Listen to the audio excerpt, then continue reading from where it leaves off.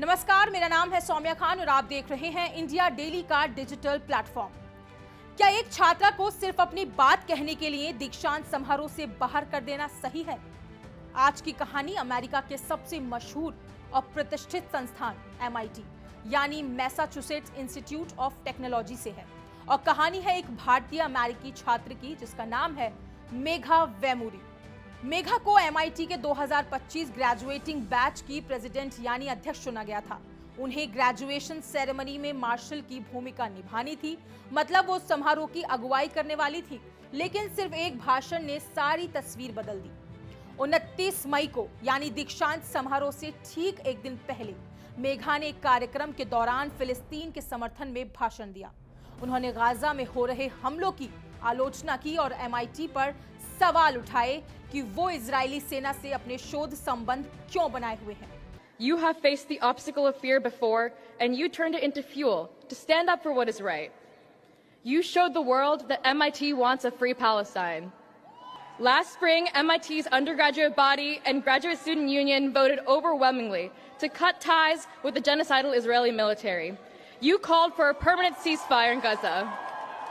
मेघा ने कहा, हम देख रहे हैं कि इजराइल फिलिस्तीन को मिटाने की कोशिश कर रहा है और ये शर्म की बात है कि MIT इसका हिस्सा है। मेघा ने मंच से अपनी बात भावुकता और साहस के साथ कही। उन्होंने MIT के छात्रों से भी कहा कि वो चुप ना रहें और जुल्म के खिलाफ खड़े हों। उन्होंने ये भी बताया कि कई छात्र और ग्रेजुएट यूनियन पहले ही इस पर मतदान कर चुके हैं और इजराइल के साथ संबंध तोड़ने की मांग कर चुके हैं।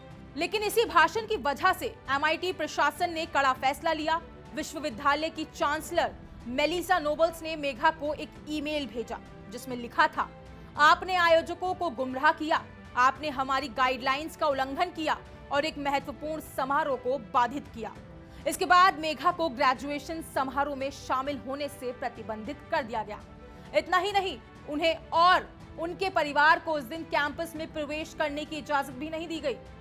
सवाल यह है कि क्या एक छात्रा ने सच में कुछ गलत कहा या फिर बस अपनी राय रखी जो कुछ लोगों को पसंद नहीं आई। मेघा का यह भाषण उस समय आया जब अमेरिका और दुनिया के कई कॉलेजों में फिलिस्तीन को लेकर छात्र प्रदर्शन कर रहे हैं। MIT में भी लंबे समय से यह बहस चल रही है कि विश्वविद्यालय को किस तरह की संस्थाओं से संबंध रखने चाहिए। मेघा ने मंच से साफ कहा कि इजरायली सेना ही एकमात्र विदेशी सेना है जिसके साथ MIT का रिश्ता है और यही बात उन्हें गलत लगी। मेघा वेमुरी जॉर्जिया के अल्फोरेटा शहर में जन्मी और पली बढ़ी। उन्होंने 2021 में हाई स्कूल खत्म करने के बाद MIT में दाखिला लिया। वो कंप्यूटर साइंस, न्यूरो साइंस और भाषा विज्ञान जैसे कठिन विषयों की पढ़ाई कर रही थी। वो लिखित क्रांति नाम के एक छात्र संगठन से भी जुड़ी हुई थी जो नए और क्रांतिकारी विचारों को मंच देता है। मेघा ने पढ़ाई के साथ साथ रिसर्च भी की, यहाँ तक कि उन्होंने साउथ अफ्रीका के UCT न्यूरो साइंस इंस्टीट्यूट में बतौर रिसर्च का भी काम किया। अब सवाल ये नहीं है कि मेघा ने क्या कहा, बल्कि सवाल ये है कि क्या एक छात्र को अपनी राय रखने का अधिकार नहीं है?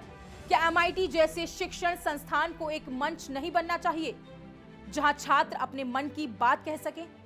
क्या किसी को सिर्फ इसलिए सजा मिलनी चाहिए क्योंकि उसने अन्याय के खिलाफ बोलने की हिम्मत की? सच्चाई बोलना कभी आसान नहीं होता, लेकिन इतिहास उन्हीं को याद रखता है जो बोलने की हिम्मत रखते हैं। मेघा वेमुरी ने एक आवाज उठाई। अब ये हम पर है कि हम क्या चुनते हैं, चुप रहना या खड़े होना।